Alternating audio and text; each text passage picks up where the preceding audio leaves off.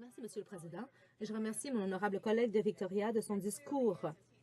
Manifestement, il y a une grave différence entre ce que les conservateurs disent au sujet de la protection de la vie privée et ce qu'il y a vraiment dans le projet de loi. J'ai également lu les travaux du professeur Geist et je vois que les Canadiens pourraient voir leurs droits brimés. Est-ce que le député pourrait nous indiquer quelle est la différence entre la partie où on donne des pouvoirs de surveillance aux juges en ce qui a trait à l'accès et aussi la partie qui porte sur le fait que les sociétés de télécommunications peuvent transmettre des données sans qu'il n'y ait d'examen?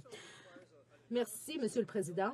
Pour y arriver, il faut qu'il y ait une analyse du projet de loi en regard de la loi sur la protection des renseignements personnels et il doit y avoir un examen obligatoire qui doit être fait par la loi, mais cela n'a pas encore été fait.